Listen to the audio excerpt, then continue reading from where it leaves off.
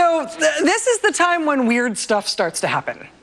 And I don't mean, 9 o'clock on MSNBC is when weird stuff starts to happen, although sometimes that's true too.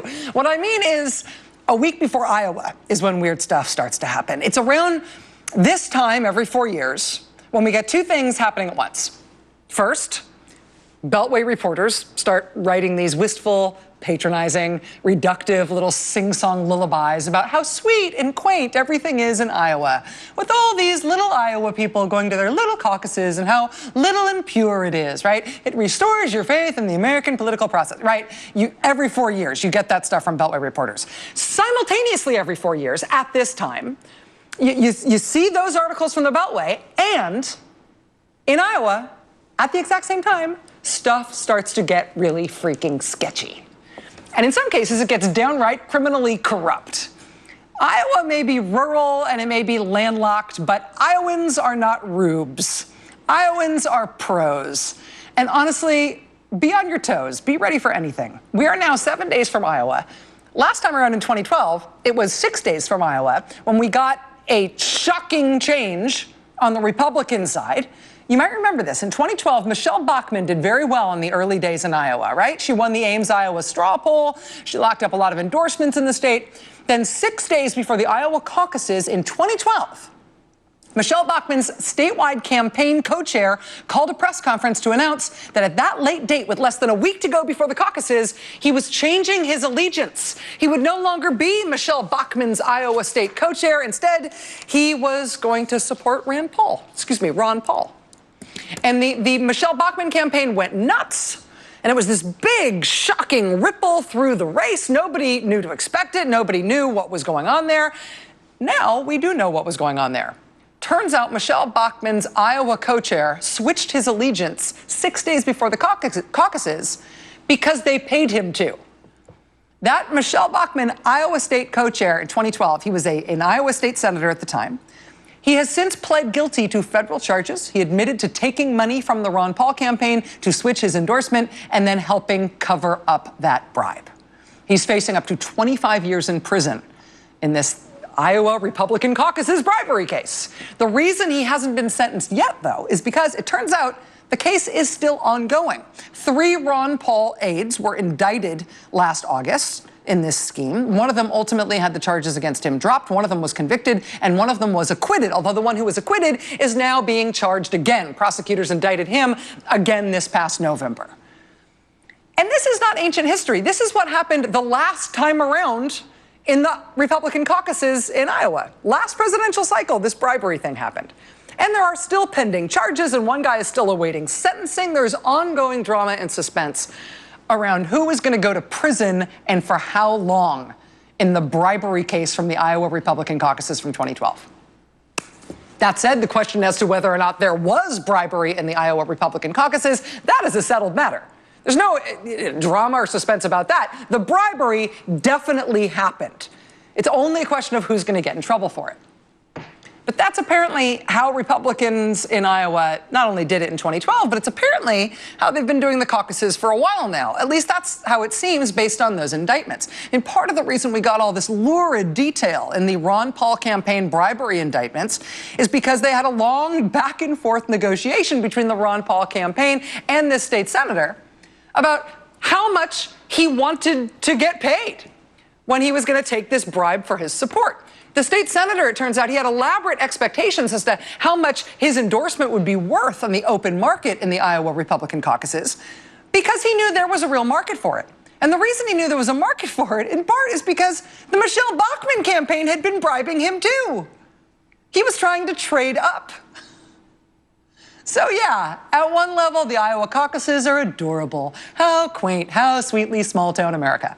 On the other hand, the Iowa caucuses are kind of gangster.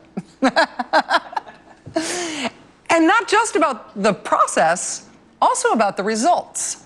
Por ejemplo, again, just looking at the last time the Republicans held their caucuses in Iowa. Do you remember who won the Iowa caucuses in 2012 on the Republican side? If you don't remember, don't beat yourself up about it. There are a lot of right answers to that question.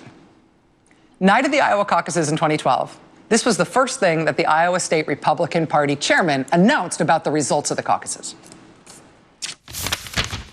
I can report, with 1,770 precincts reporting, Governor Mitt Romney received 30,015 votes. Senator Rick Santorum received 30,007 votes. Congratulations to Governor Mitt Romney, winner of the 2012 Iowa caucuses. So the state Republican Party chairman comes out in Iowa, night of the caucuses, and says, hey, Mitt Romney won. That was the night of the caucuses.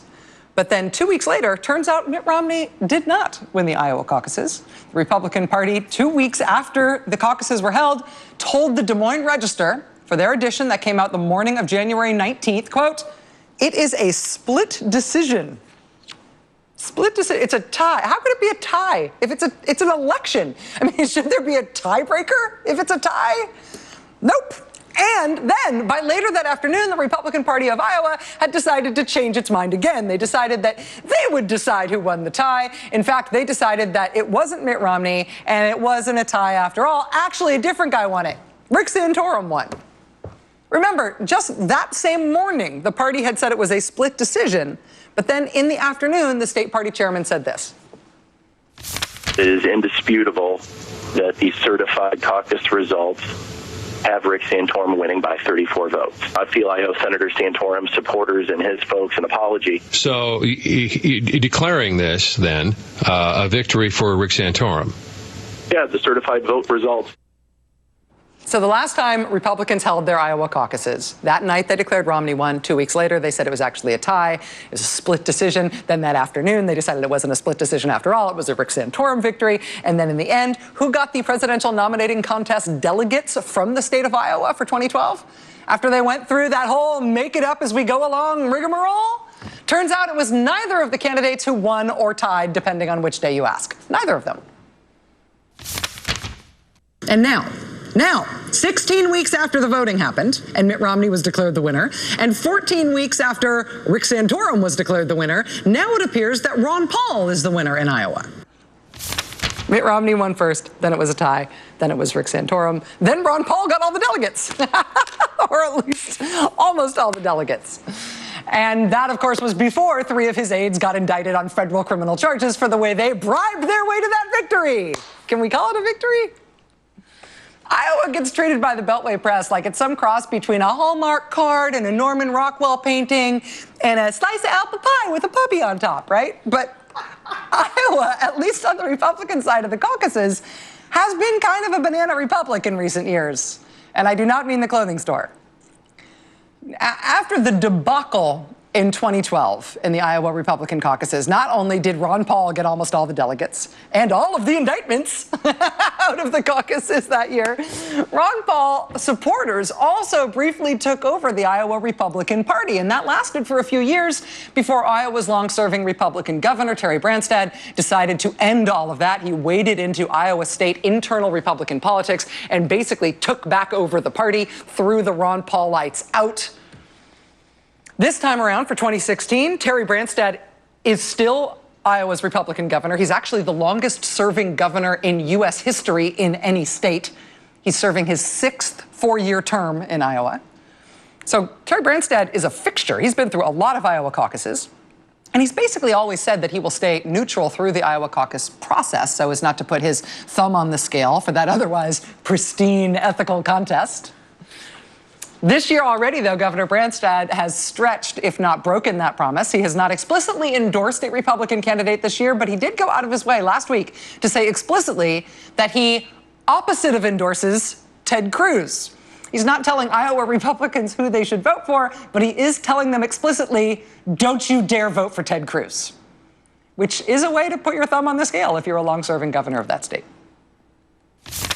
I believe that would be a big mistake for Iowa to support him. And I know he's ahead in the polls, but the only poll that counts is the one they take on caucus night. And I think it could change between now and then.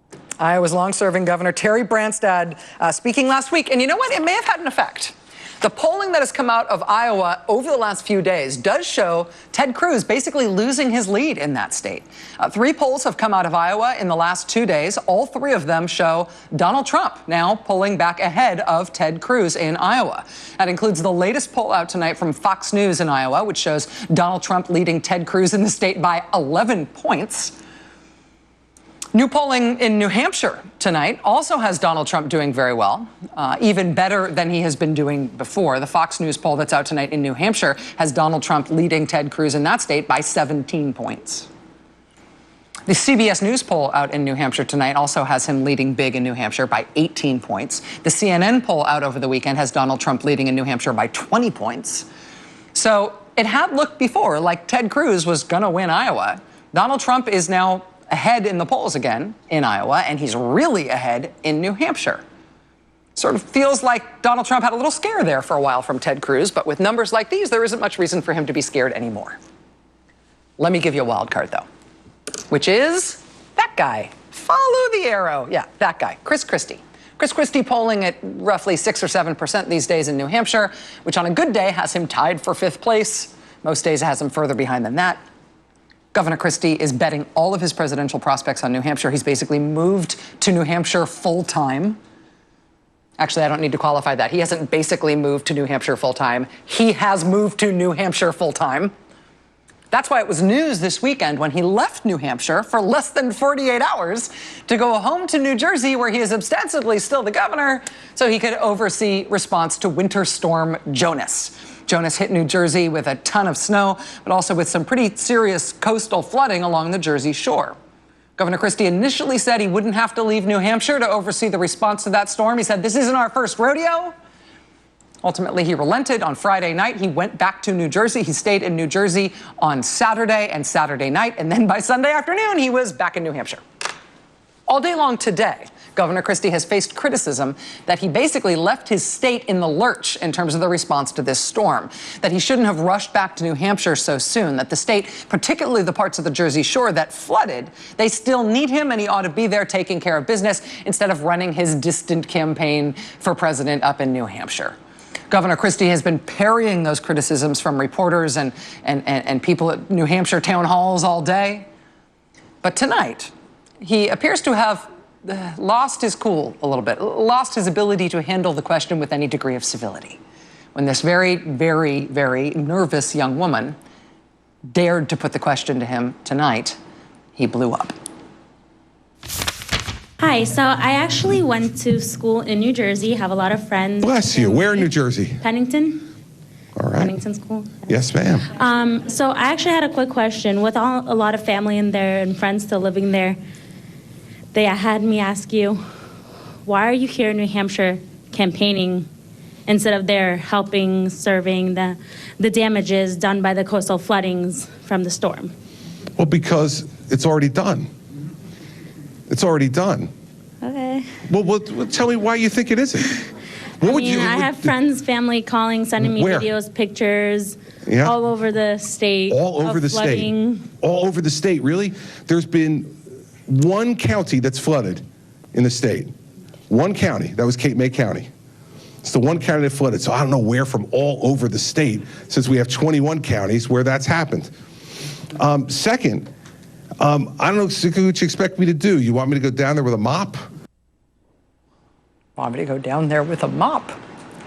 Governor Chris Christie yelling at a nervous girl tonight in New Hampshire. But after that happened tonight, the governor got some very, very good news for his campaign. The Boston Herald. It is, as the name implies, based in Boston.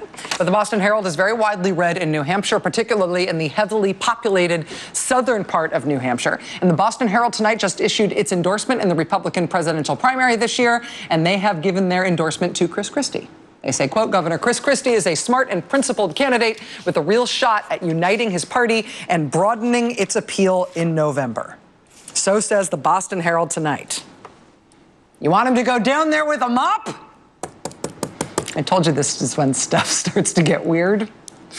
Got a lot ahead tonight. Stay with us.